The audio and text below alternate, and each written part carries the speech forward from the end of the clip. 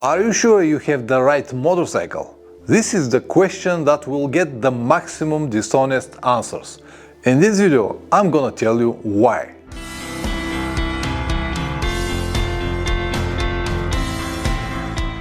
One thing has to be very clear. The motorcycle industry has only one simple goal. Sell you the biggest, most powerful, most features machine that you're willing to pay.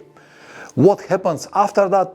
It's only your problem. No matter what you believe, they are not your friends and definitely do not work in your favor. Their goal is to maximize the company's profit. Yamaha, Suzuki, KTM, BMW, different budgets, same logic. Most designers do not even ride motorcycles, and I highly doubt that the ones who do have ever traveled with them. With all of this in mind, let's now talk about the most common problems with all of these so-called adventure type of motorcycles. The word adventure itself, it's a good marketing trick that sells thousands of bikes every year. People buy them like a hot bread without even thinking about is this or that model is actually good for their type of riding.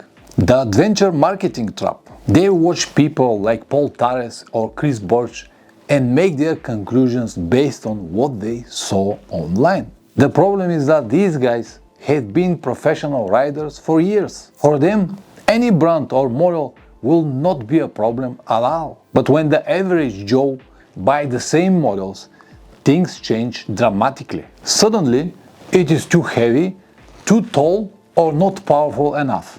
Sounds familiar, right? I have seen this many times, even with some of my close friends. And when I ask them about it, they always refuse to admit the real problem and mask it with more modifications or preparations. The adventure marketing actually opens many problems, but for the purpose of this video, I will focus only on 3. Problem 1.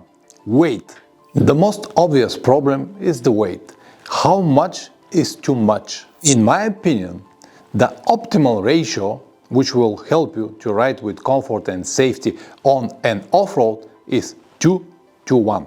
For example, if you're 80 kilograms, the maximum weight of your motorcycle should be around 160 kilograms. I am 105 kilograms and my stock Tenere is around 204 kilograms, and even so, in many situations, especially if they are a little bit more technical, I feel it very heavy. And this is before we add any modifications and luggage. Of course, you don't have to agree with me, but I am sure that sooner or later you will come to the same conclusions. Even if you ride only on the asphalt, the weight is still weight, and it is something that your body needs to deal with every single day. Problem 2.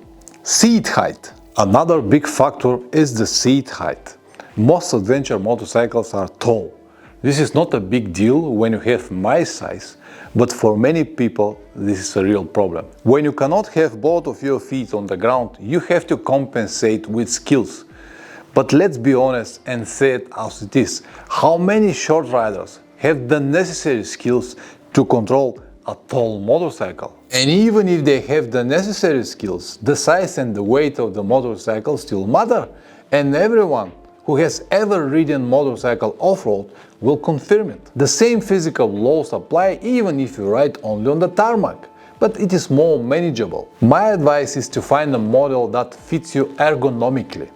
Do not follow trends and definitely do not try to copy others. Problem 3.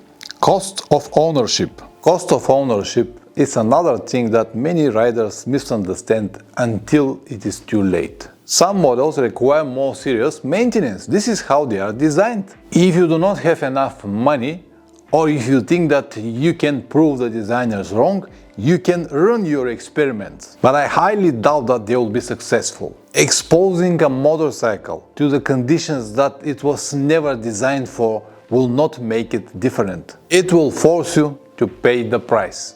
With a few words, use the motorcycle for what it's designed for. Let's now talk the real reason why most riders never make the right decision. The ego problem. The bigger the better. This is how most riders think, and the industry knows it perfectly. It's not about what you need, it's about how you want to be seen by others. I have seen this many times.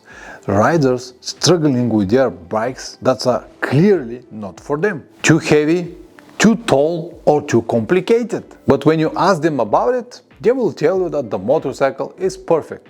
It just needs a little bit more modifications, more practice, more time. But the truth is simpler. They bought the wrong motorcycle and now they cannot admit it. Because admitting it means admitting they made a mistake. And for many riders, that is harder than any difficult role that they will ever face. The motorcycle becomes part of their identity.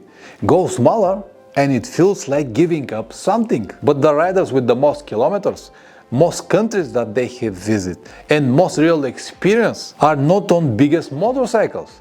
They are on the right motorcycles. If you want to make a better decisions about your motorcycle travel, not based on trends or marketing, but based on reality, my course Adventure Riding Without Illusions is exactly for that. The link is in the description down below. So when is the right time to reconsider your decision? Age is the first and maybe the most important signal.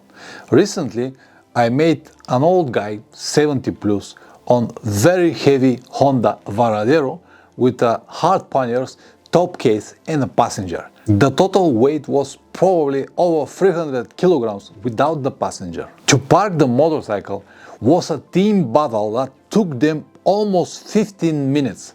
So my question is, why? After 50, we don't have the same strength anymore.